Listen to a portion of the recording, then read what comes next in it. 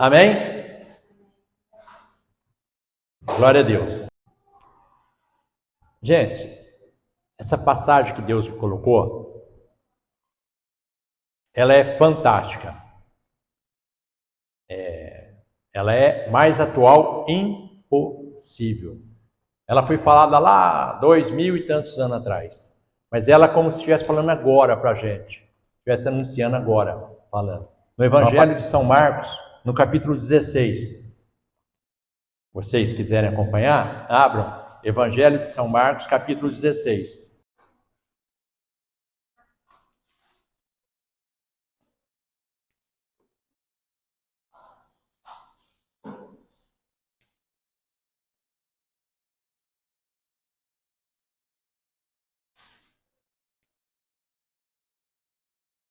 Amém?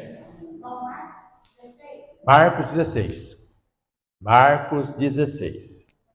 Nós vamos iniciar a leitura um versículo. O versículo 15. E disse-lhes: Ide por todo o mundo e proclamai este evangelho a toda criatura. Amém? Amém. Glória a Deus, Senhor. Obrigado por essa palavra. Nos abençoe agora, Pai, com a interpretação dessa maravilha. Por que eu estou falando que ela é muito atual? Esse movimento que está acontecendo agora é mundial. E ele é muito mais forte do que nós imaginamos. Ele começou lá quando Cristo iniciou, através dos apóstolos, a igreja. Quando os apóstolos fundaram a igreja, começou a igreja física, esse movimento começou. Então ele veio de várias maneiras. Então ele começou um ataque, não deu certo. 2, 3, e assim foi indo. Então ele foi criando o inimigo do Senhor Jesus, que a gente pode chamar de anticristo. As pessoas que não gostaram dele. Quando chegou agora, ele ajuntou tudo aquilo em uma atitude só. Então ele pegou tudo aquilo e falou: agora eu vou vir com fogo total sobre esse povo cristão. Só que Jesus já sabia disso.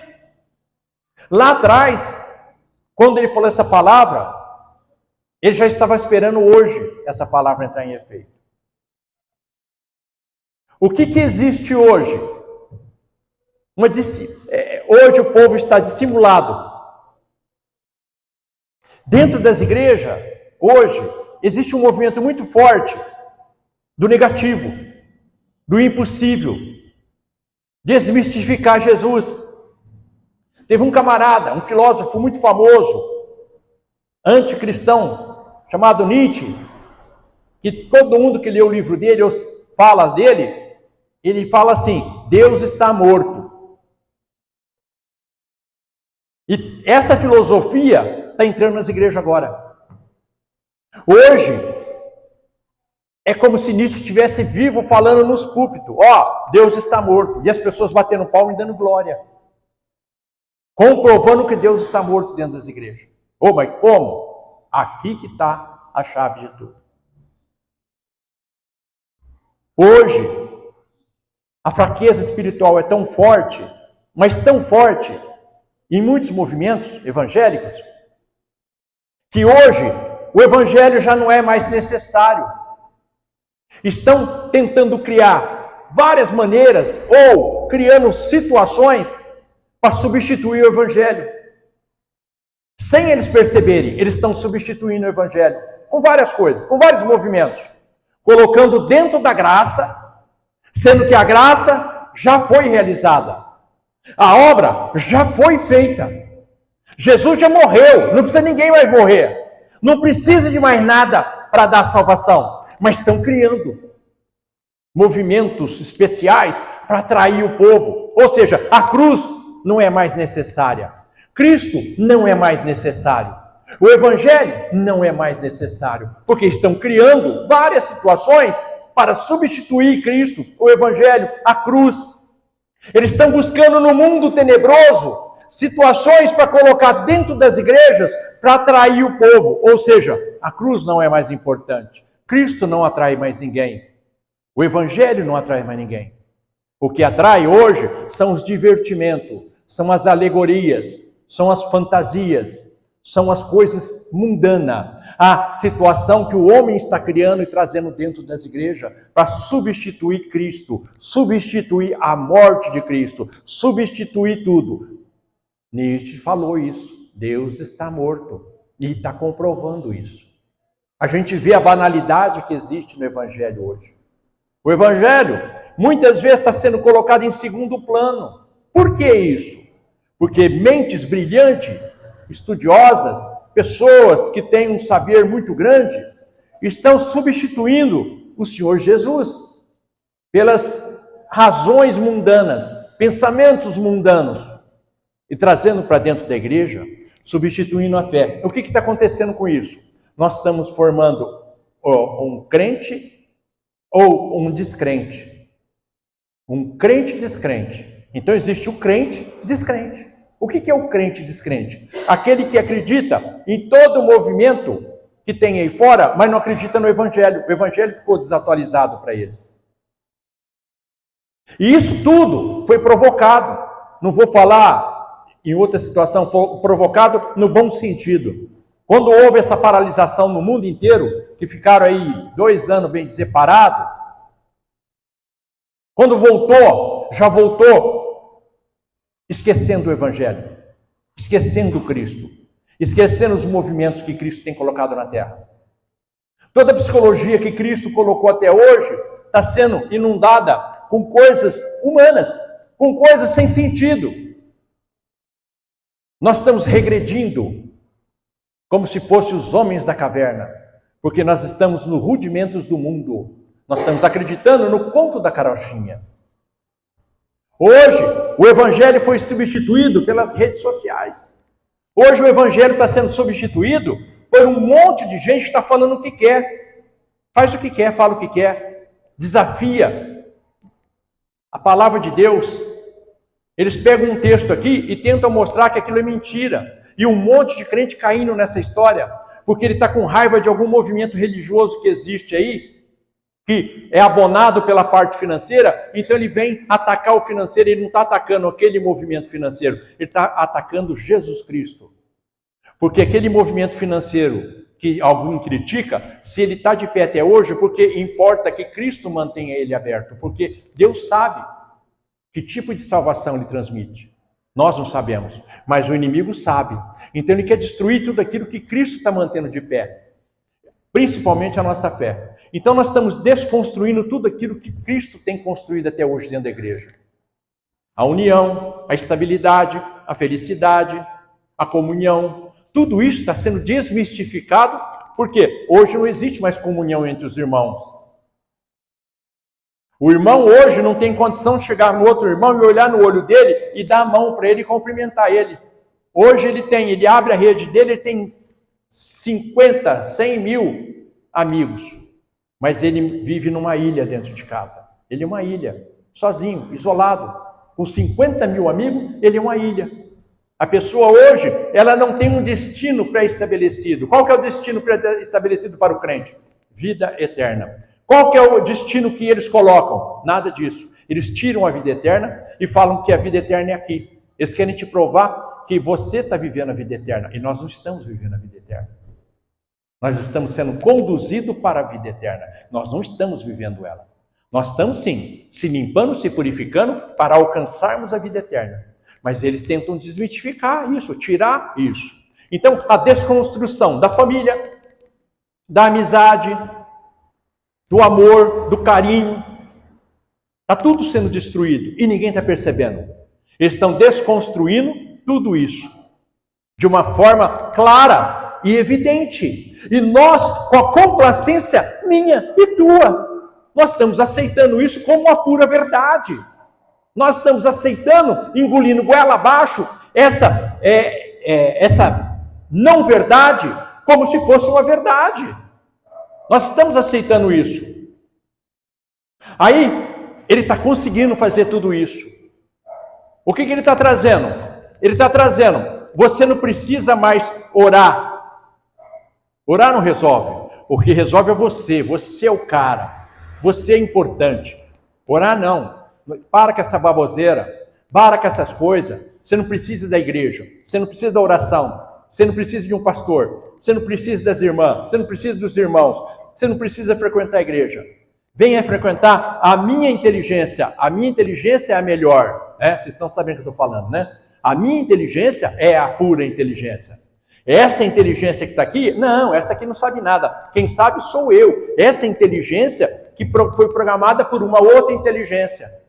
Essa outra inteligência programou uma inteligência para acabar e te trazer de novo para o cárcere.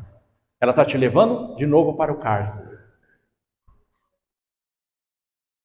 As coisas do cárcere são tão inútil para Deus, tão inútil. As coisas maledicência, tudo aquilo que é de mal, não tem sentido para Deus, só se Ele for usar. Se Ele for usar o mal e transformar num bem, aí sim. Mas se for o mal pelo mal, não tem sentido. E eu vou provar para vocês aqui agora. Quando Ele levantou um mal para corrigir o povo, e depois Ele transformou o mal num bem, Ele deu o nome. Nabucodonosor. Eu vou levantar um mal para ensinar meu povo, aí eu vou pegar o mal e transformar no bem. Isso Ele fez. Então Ele deu um nome, Nabucodonosor.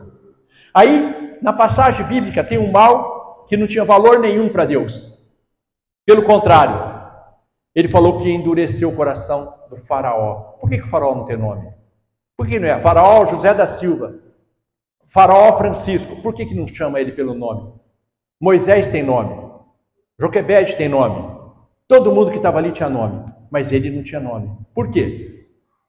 Porque aquilo que Deus não tem importância não existe para ele. É um instrumento qualquer. É um instrumento. Então o mal tem que ser um instrumento na tua vida. O mal não pode ter nome dentro do teu lar. Quem tem que ter nome dentro do teu lar é a palavra de Deus. É o Senhor Jesus. Isso tem que ter nome dentro do teu lar. O resto que é mal não pode ter nome, não pode ter lugar. Tem que ficar lá fora. Não tem nome. Logo vai ser destruído. Como foi Faraó. Faraó não tinha nome. Hoje a ciência, os estudiosos, a teologia, chutam. Deve ser. Por quê? Quando tem alguma influência, era a época do Faraó, 5º, 8º, 6º, José da Silva. Não tem um nome pré-estabelecido. Você tem que ficar vasculhando, procurando, fazendo conta, fazendo um monte de coisa para tentar entender. Mas a Bíblia não fala. A razão humana procura, mas a Bíblia não alerta para você. É o faraó fulano de tal. Quando tem alguma relevância, ele fala.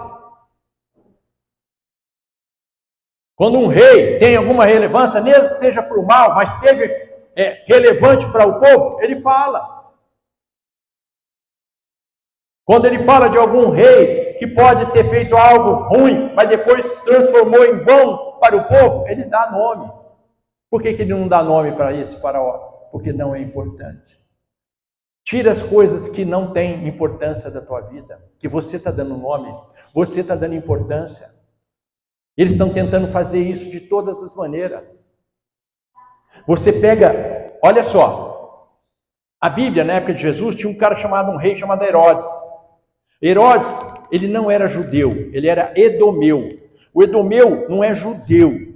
Existe uma confusão muito grande. Uma hora eu vou explicar como é que funciona essa história de um edomeu e o judeu. Mas ele veio para dominar o povo judeu. E conseguiu. Como existe muita situação hoje aí, umas famílias famosas aqui que estão dominando o mundo, que se diz judeu, mas não são judeu.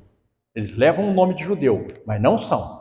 Por isso que estão provocando o mundo, fazendo essa tragédia toda no mundo, porque eles não são. Só tem um nome, judeu, mas não é. A mesma coisa é o edomeu, que era Herodes. Tanto é que... Mas ele foi importante. A importância dele foi muito grande. Por isso que cita o nome dele. Então, o que Deus está falando? O que é importante para você? O Evangelho. Ide por o mundo inteiro e proclamai este Evangelho. Mas qual que é o Evangelho? Esse. Aonde? A toda criatura. Peraí. Ele está me dando uma dica então. Eu tenho que levar para quem? Quem é criatura? Aquele que não aceitou o Senhor ainda. Aquele que não conhece o Senhor. Isso é uma criatura. Todo mundo é criatura de Deus. Mas nós já fomos separados, é diferente. nós somos filhos de Deus. É diferente daquele que é criatura. O que eu estou fazendo? Aqui vem a chave de toda essa história aí. Presta atenção numa coisa. Eles estão conseguindo desconstruir a igreja.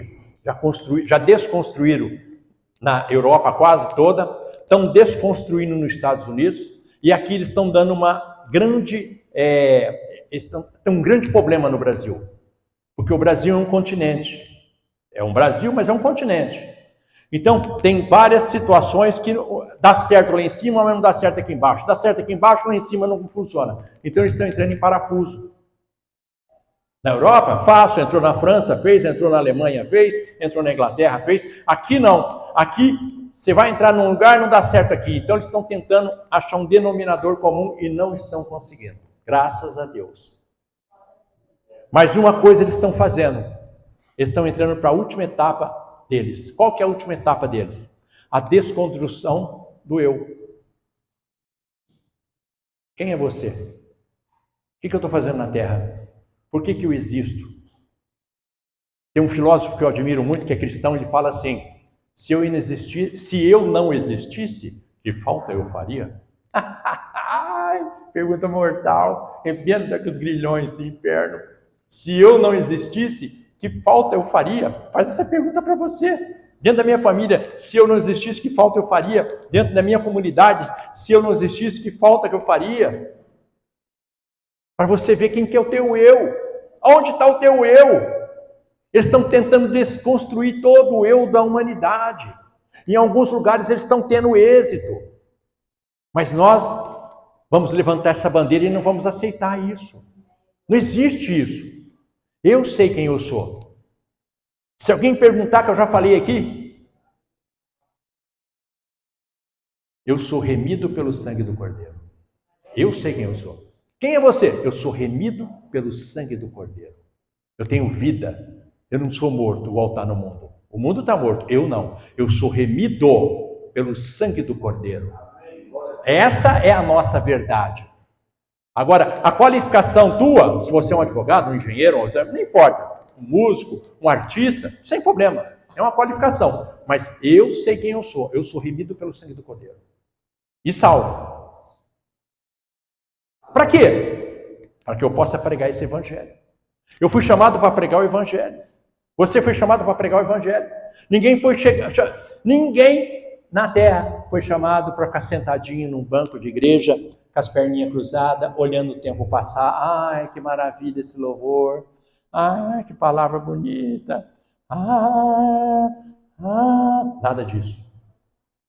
Deus chamou você para uma guerra. Nós estamos numa guerra. O mal se levantou. O mal sempre se levantou, mas agora ele está muito forte. Porque o povo permitiu que o mal se fortalecesse. Se você chega para um crente numa igreja, pode ser o tamanho que for, uma igreja pequena, uma igreja enorme. Enorme. 3, 5 mil membros, 1.000. Ou uma igreja pequena, 30, 40, 20. Poucas pessoas, vai ter o mesmo resultado. Se você perguntar a todo mundo, eu sou um homem de oração. Você manda orar, não consegue orar, porque não está acostumado a orar. Não tem as palavras da oração, porque não ora. Por que não ora? Porque não é relevante, não é importante. Não tem fundamento na vida da pessoa orar. Volto a dizer, substituíram a oração, o jejum, pela rede social.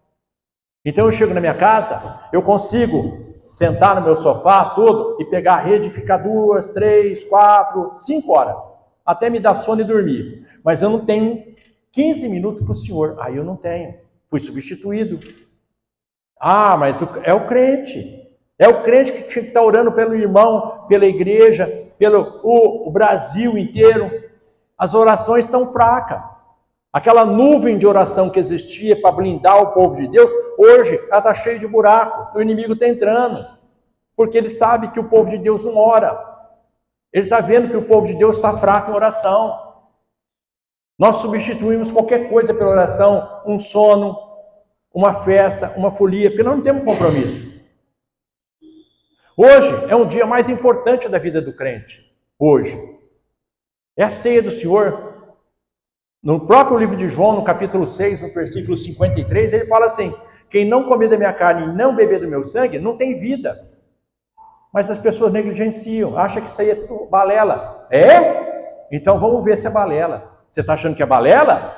Você substitui a ceia do Senhor por qualquer coisinha, qualquer evento, e depois fala que você é filha e filho de Deus?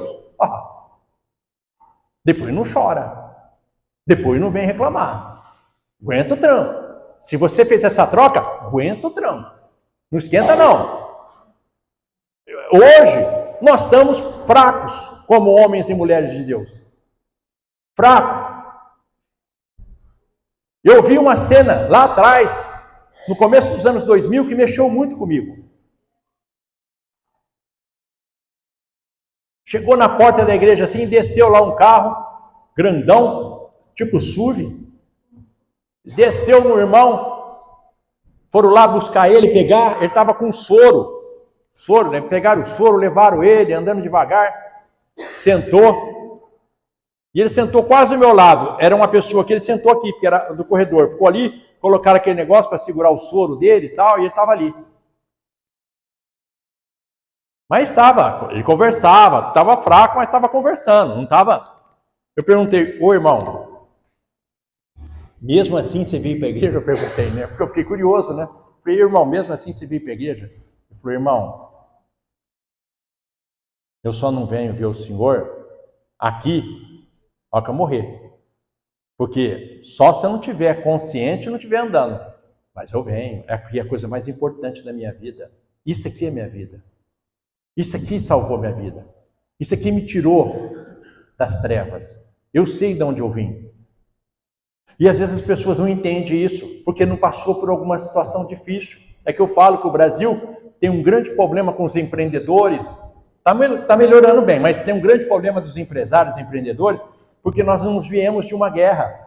Enquanto o resto do mundo veio de guerra, veio de falência, veio de destruição, veio da fome, veio da miséria, quando eles vêm para o Brasil, eles ficam milionários em todos os sentidos. Por quê? Porque eles vieram da escassez. O brasileiro, ele não entende o que é a escassez. Ele cria a escassez dele. Ele cria com o negativismo dele.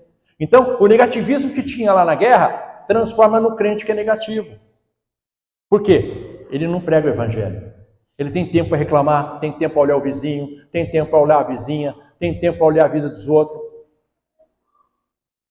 É um negócio maluco.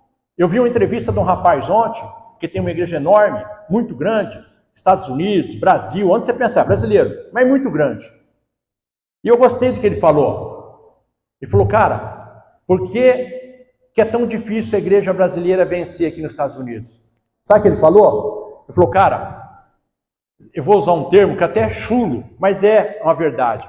O brasileiro é vagabundo e preguiçoso na área cristã. Aqui não aceita isso. Aqui na Europa não existe moleza. Aqui tem que trabalhar barbaridade para ter resultado. E no Brasil não é diferente. Meu pai, quando montou a igreja, lá 50, 60 anos atrás, que a gente era pequenininho, tinha nascendo, meu pai trabalhava 24 horas para a igreja. Obrigou a gente a virar músico, por isso que nós montamos a banda, ficamos famosos, tudo. Ali nós trabalhávamos 24 horas. Aqui não é diferente. Eu trabalho barbaridade, não tem tempo para nada. Aí o brasileiro escolhe um tempo para Deus. Talvez no domingo, talvez num dia que eu não tenha o que fazer. Aí eu vou encaixar Deus. Por isso que não tem sucesso, por isso que tem os perrengues na vida.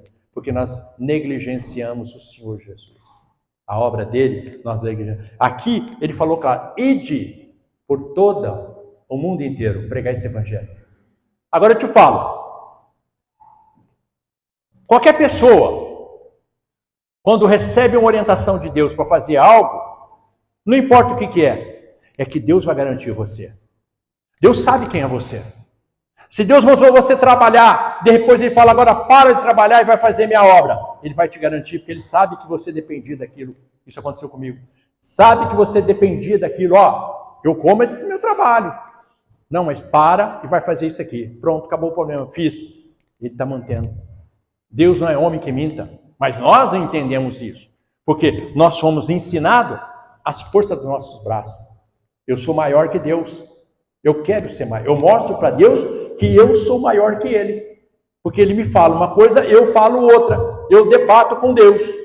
Mas o Senhor não sabe o que está falando. Não, Deus não sabe. E eu é que sei. Eu estou na Terra eu estou com 60 anos, mas ou mais aí, vamos pôr 80, 100 anos que nós estamos aí nessa geração aqui. Nós sabemos mais que Deus, que é eterno.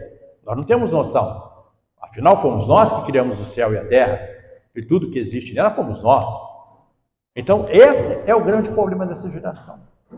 Negligenciar. Esquecer o id. O id é para ir. O id não é para ir quando eu quero. É para ir agora. É já. O inimigo está indo. Levando a mensagem dele. Ele não para. Todo dia ele levanta alguém. É artista. E o povo trabalha barbaridade para ele. Que se não trabalhar ele mata. Ele mata, arrebenta a estrutura da pessoa. E as pessoas trabalham 24 horas para ele, posta, faz, acontece. O povo de Deus tem vergonha de postar algo da igreja que ele frequenta. Ele tem vergonha de postar coisa do pastor dele. Ele tem vergonha de postar coisa do irmão, da irmã. O inimigo não tem vergonha. Ele posta coisa do inferno todos os dias. Toda hora ele está postando coisa do inferno. Ele faz propaganda do inferno 24 horas. E nós engolimos goela abaixo.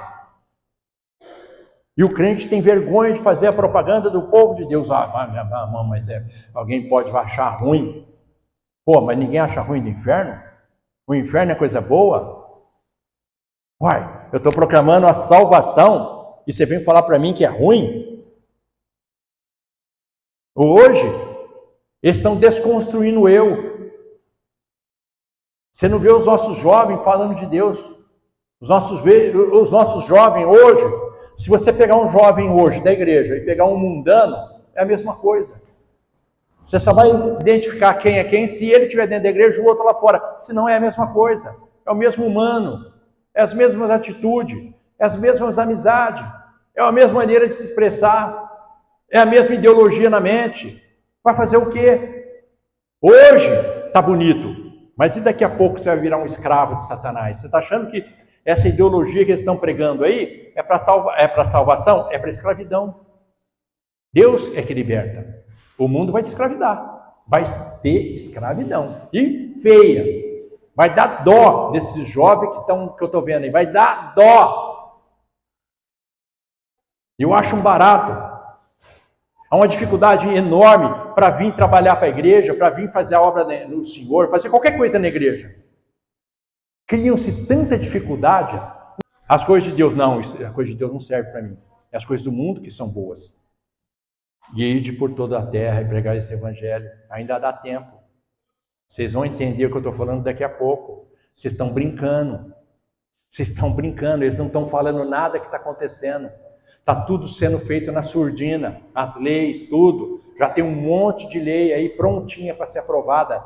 Vocês não imaginam o que está sendo feito. A hora que eles trouxerem à tona, já está pronto, não tem como você reclamar. Ó, agora é assim, a lei é essa aqui. Não, foi aprovado, já faz tempo, agora ela vai existir. Existe uma lei lá atrás que ninguém deu bola. Foi colocada. Eles falaram, deixa isso aqui, daqui 10 anos nós vamos pôr lá em vigor. E essa lei foi falada 10 anos atrás. Hoje está em vigor. Não se pode mais ir no presídio e pregar o evangelho. Essa lei não é agora, faz 10 anos. 10 anos, ela está pronta. Eles estão fazendo.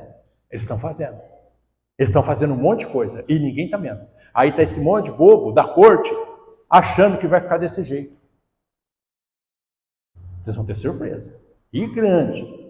Uma surpresa grande. Não vai ser fácil do goela abaixo, não.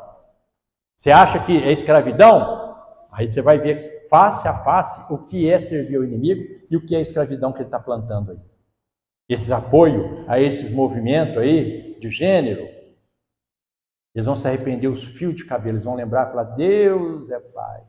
Eu achando que eu estava indo igual boi para a morte. Vai fazer o quê? Deixa eles. Ide. Quem sou eu? Ide. Amém? Glória a Deus. Que a graça e a paz do nosso Deus e do nosso Senhor Jesus Cristo esteja perpetuamente em nosso meio. Nós falamos? Amém.